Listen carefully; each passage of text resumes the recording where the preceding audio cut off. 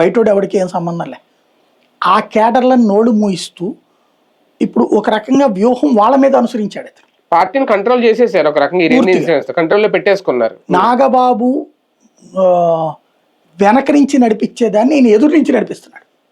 అది నాగబాబు ఇదివరకు ఇట్లా మాట్లాడే వాళ్ళకో, కామెంట్లు పెట్టే వాళ్ళకో, ఫోన్లు చేసి అట్లా చేయబాకండి ఇట్లా అనేసి వాళ్ళని కన్విన్స్ చేసేవాడు. పవన్ కళ్యాణ్ అందరి నోర్లు ముయించేస్తున్నాడు. పవన్ కళ్యాణ్ ఏదో వ్యూహంతో ఉంటాడులే అనే ఫీలింగ్ని క్రియేట్ చేయడంతో పాటు ఇందులో తప్పంటే ఎందుకు వచ్చిన పెంట, మనల్ని పార్టీకి దూరం అంటారు, మనల్ని కోవట్లు అంటాడు, ఎందుకు వచ్చిన గొడవ అని సైలెంట్గా ఉండే విధంగా చేశాడు.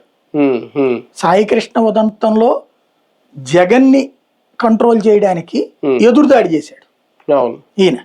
వరుసగా సాయి కృష్ణ ఉదంతాన్ని నిన్ను కులం దృష్టిలో ఎవడు చూడమన్నాడు? జగన్ కూడా కాపు కుర్రోడు కాబట్టి అలా అన్యాయం జరిగింది అన్నాడు. మరి నువ్వు నీలో అంత నిజాయితీ ఉంటే క్రాంతి కుమార్ది ఎందుకు మాట్లాడవు? పోలీసుల హింసకు సంబంధించి రోజు ఇదివరకు జగన్ టైంలో అయితే కనుక ఇదిగో సైకోగాడికి చెంప చెళ్ళు అనిపించేదంటూ చంద్రబాబు, లోకేష్, అదే సందర్భంలో కోర్టు మొట్టికాయలు వేసిన సిగ్గు రాలేదు ఈ ప్రభుత్వానికన్నా పవన్ కళ్యాణ్ ట్వీట్లు చేసేవాడు. అది ఎప్పుడు చివరిలో జరిగింది. ఇప్పుడు ఇక్కడ రోజు తిడుతుంది కోర్టు. మరి ఎన్ని చెబాట్లు పడినాయి సార్? ఒకటి తమిళనాడులో అన్నాడీఎంకే లాంటి ఒక బలమైన ప్రతిపక్షం ఉన్నా సరే టీవీకేకి అవకాశం వచ్చింది.